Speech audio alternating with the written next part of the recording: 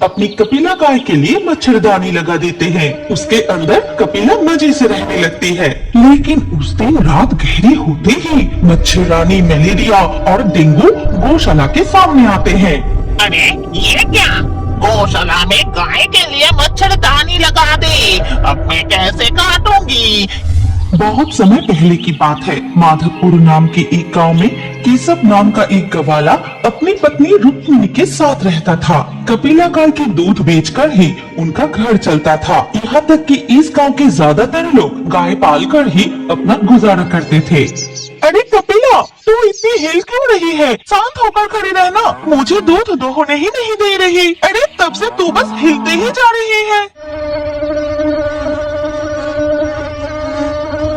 कुछ मच्छर उड़ते हुए आकर कपिला गाय पर बैठ जाते हैं। उनके काटते ही कपिला गाय जोर से हिलने लगती है। अरे तुझे क्या हुआ? जरा शांत होकर खड़ी रहना, अभी तक मेरा बाल्टी भी नहीं भरा। ए जी, सुनते हो? जरा इधर आना। रुक्मिणी की आवाज सुनकर केशव आता है। देखो ना, कपिला मुझे ठीक से दूध दोहने ही नहीं दे रही है, इधर उधर हिल रही है। अरे कपिला को मच्छर काट रही है, मच्छर की वजह से वो इधर उधर हिल रही है। रुको, मैं मच्छरों को भगा देती हूँ। केशव अपने गमछे से गाय पर झापट मारकर मच्छरों को भगा देता है। फिर कपिला शांत होकर खड़ी रहती है और गाय की दूध निकलना भी हो जाता है। ये लो जी, मेरा दूध दोहना हो गया। अब तुम पड़ोस के गांव में जाकर घर घर दूध पहुंचा के आओ। हाँ भाग्यवान, मैं जल्दी से सभी के घर दूध पहुंचा कर आता हूँ। फिर केशव साइकिल पर दूध लेकर पड़ोस के गांव की ओर निकल पड़ता है और इधर कपिला गाय के गौशाला से एक मच्छर उड़कर सीधा जंगल के एक सड़े हुए तालाब के पास पहुंचता है। इसके बाद वो अपने मच्छर भूत के रूप में वापस आता है। मच्छरों की रानी मलेरिया चुड़ैल, मच्छरों की रानी मलेरिया चुड़ैल, मैं आपके लिए एक खुशखबरी लाया हूँ। सामने आइए मच्छरों की रानी।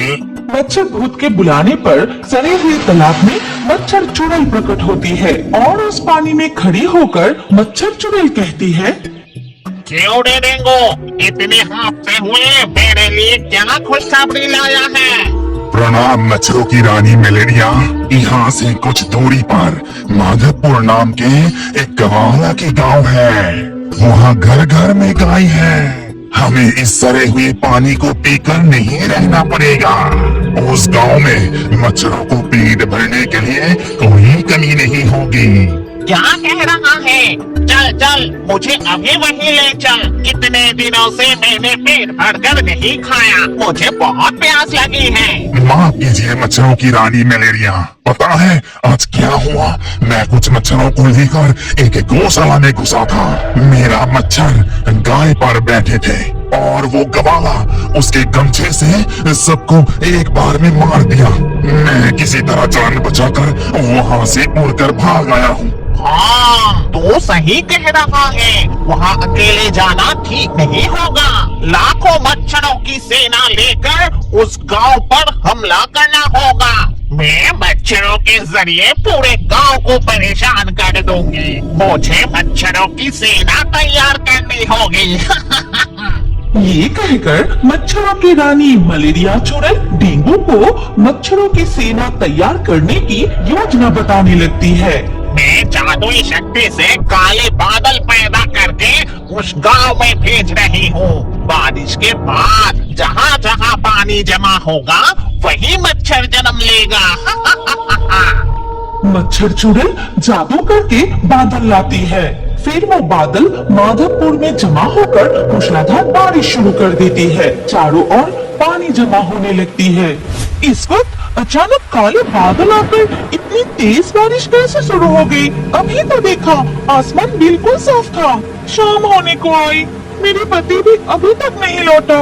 रुक्मिणी की बात खत्म होते ही केशव भीगते हुए साइकिल लेकर घर लौटता है और घर के अंदर आकर कहता है, पता नहीं अचानक कहां से बादल आकर बारिश शुरू हो गई। आज बुरी तरह से भीग गई। ओहो, तुम पहले भीगे कपड़े बदलकर रसोई में आओ, फिर एक साथ खाना खाएंगे। हाँ ठीक है। बाहर बारिश धीरे धीरे रुक जाती है। फिर रात गहरी होते ही जब पूरा गांव सो रहा था, तब डेंगू मच्छर भूत और मलेरिया मच्छर चुड़ैल उड़ते हुए माधवपुर गांव में पहुंच जाते हैं। डेंगू, तूने तो मेरे लिए बहुत अच्छी खबर लाई। इस गांव में तो घर घर में गाय हैं। मैं तो लालच संभाल ही नहीं पा रही हूँ। मच्छरों की रानी मलेरिया, आप अपनी लालच को संभालिए। हमें पहले असली काम पूरा करना चाहिए। अरे अरे, तू तो चुप ही कर। नाले का गंदा पानी पी पी कर मेरा मुंह ही सड़ गया है। चल, हम उस गौशाला में चलते हैं। लेकिन मच्छरों की रानी मलेरिया। कोई लेकिन नहीं, चल मेरे साथ। ये कहकर मच्छर की रानी मलेरिया चेले डेंगू को लेकर केशव की गौशाला के पास पहुंचती है। वाह, कितनी मोटी ताजी गाय है। इसे काटकर मैं अपनी पेट भरूंगी।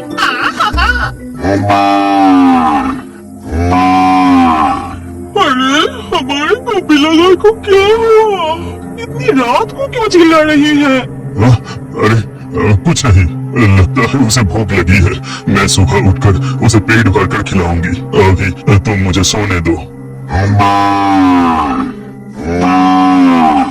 ओहो, ये गाय तो चिल्ला चिल्ला के मेरी कान ही खराब कर दी।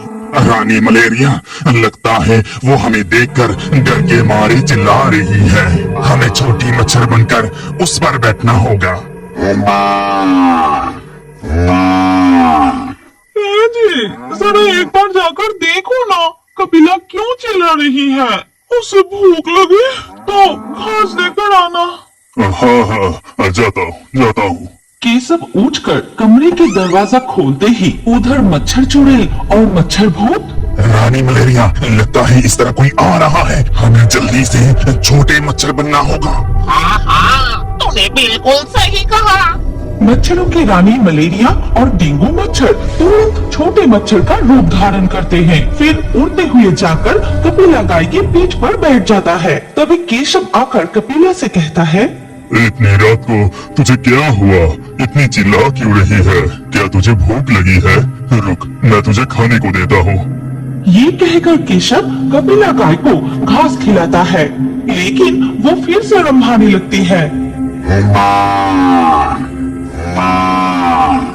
आज तुझे क्या हुआ कपिला? आधी रात को तू ऐसे कभी नहीं चिल्लाती। मैं अच्छे से देखता हूँ। केशव अच्छे से देखते ही उसे नजर आता है कि 2 मच्छर कपिला को काट रहा है।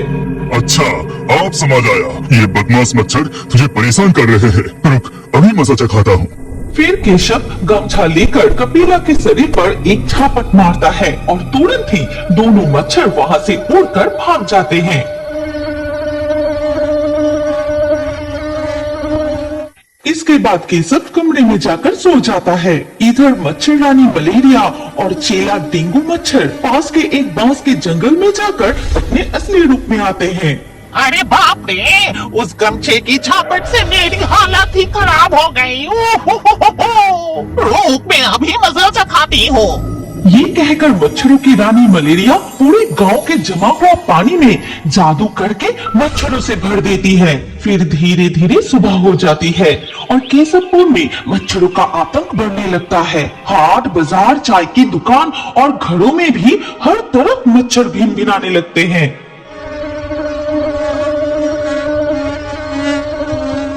बाप रे बाप, पता नहीं अचानक इतने मच्छर कैसे बढ़ गए। मच्छर के काटने से, आवाज से बिल्कुल परेशान करके रखा है।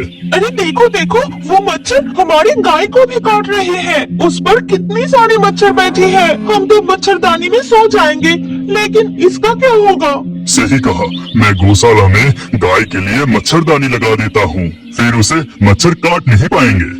इसके बाद केशव और रुक्मिणी अपनी कपिला गाय के लिए मच्छरदानी लगा देते हैं। उसके अंदर कपिला मजे से रहने लगती है। लेकिन उस दिन रात गहरी होते ही मच्छर रानी मलेरिया और डेंगू गौशाला के सामने आते हैं। अरे ये क्या? गौशाला में गाय के लिए मच्छरदानी लगा दी। अब मैं कैसे काटूंगी? ये आदमी तो बहुत चालाक है। अरे अब चिंता क्यों कर रही है? चलिए हम किसी दूसरे गौशाला में जाते हैं।